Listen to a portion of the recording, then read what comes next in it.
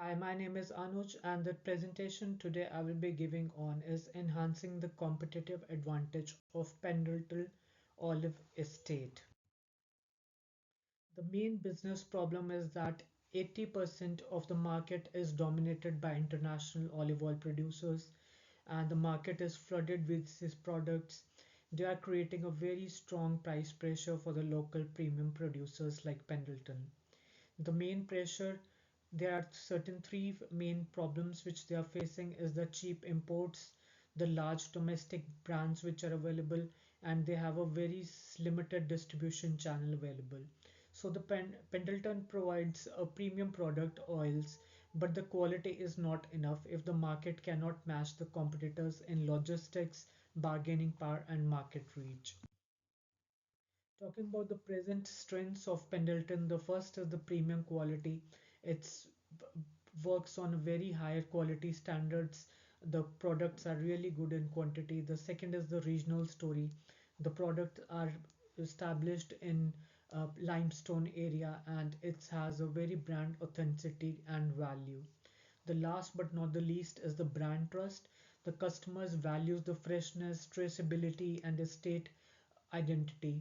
Since, as we know, in South Australia, the wine industry is very popular. In the same scenario, the company is also focusing on the strengths and put their segment their olive oil similar to what the industry is having for the wines. So these are the presently strengths of this brand, and this strength supports the premium positioning, but they need a strong operating model to translate into broader market success. These products are limited to local market. They are very good quality products, but it's not having presence all across the world. So the basic findings I have divided into three parts. The first is the importing oil creating ongoing price pressure and reduce the room for local producers to compete on the price. The existing products available from the Spain, Italy are around 30% less than what actual price of the Pendleton product is. So it is very competitive and it is really difficult for these producers to compete with that premium products available in the market. The second is finding is that large domestic brands which are already available, they work on stronger logistics, visibility, and the distribution network is very strong. So they also find very difficult to compete with this brand. The third finding is the cooperative structure can reduce these pressure without removing the Pendleton's brand identity of providing very exclusive products to its customers. So without sacrificing on their quality, the branding, the local products which they are offering, I think cooperative structure can actually helps to reduce this cost and segment them in the top level. The core insights is very clear. The Pendleton not only does not want to lose the independence to gain the strengths, so it has to really work on the strengths. Now, the recommended model is the selective cooperative model. On the basis of my research, I found that there are certain three benefits of cooperative model. The first is the sharing the procurement and the transportation cost. So this will actually help to reduce the transportation cost, reduce the procurement cost, so the products will be able to compete with the international brands available in the market. They can also share the storage, logistics, and export support. So these are the things I believe that this cooperative model can help them to increase their market share. And last but not the least is the creep independent branding and product and identity, because these brands are very exclusive. People in Australia really wants to buy these Australian made products. They have a high demand for these products. So this model can help to keep this in branding independent, and product identity will also be provided. So this is very much important. Now they have also option to go for a full merger, but that's not a feasible solution, because once they will go for merger with the other organization, they lose their local identity. The prices may come down, but the local flavor which they are selling to the people of Australia and to the oversized market will be defeated. So this full merger is not at all a solution. The only model which I found is the cooperative model, which is very useful. Now, there are certain examples that this cooperative model was very successful not only in Australia but all across the world. To giving you instance about the olive oil, there is a cooperative brand of Agnosivilla, which has grown, which has increased its market share so much that they grow around on through 4,000 olive oils.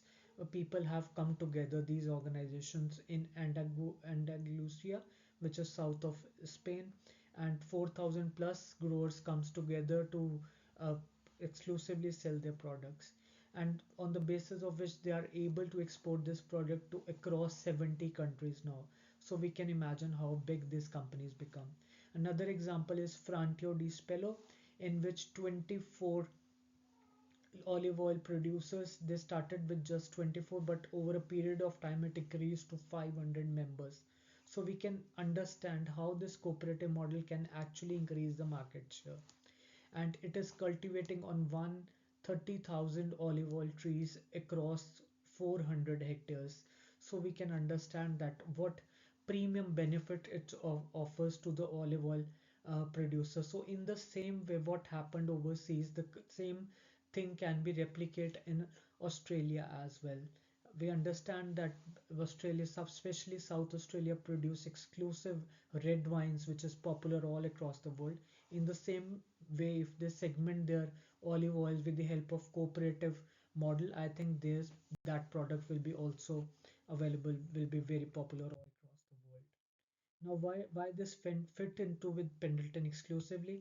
Because it Pendleton actually needs stronger logistics, market access, and bargaining powers to take up with the suppliers and distributors. So this will actually help them to keep them in a very stronger position, and also protecting their provenance, product identity, and customer trust. So they are not sacrificing on these aspects. So I believe this will be a very balanced outcome, that selective cooperative model improves the part of the business that's benefit from the scale while protecting their dependence on uniqueness. So people will get both the benefits at a reasonable price. Now, the benefit for stakeholders I have divided into four parts. The first is, like I said, that it will lower the cost, input and transportation cost will come down, which will help them to compete. The second is a strong bargaining power. They can compete, they can talk with their distributors and from the products from their acquiring. So this gives them a very strong bargaining power and better market access. Their products will be across not only in Australia but all across the world. So they will give them a better market access. And sharing and learning the things is very much important. That will learn from others' experiences, others' failures. So this in this way, all the producers can come together and decide what are their learnings and resilience, how they can bounce back. So these are the things, learnings which will be very useful for under this model. For Pendleton and Partners Company, this is not only a survival strategy, but it will become a growth strategy.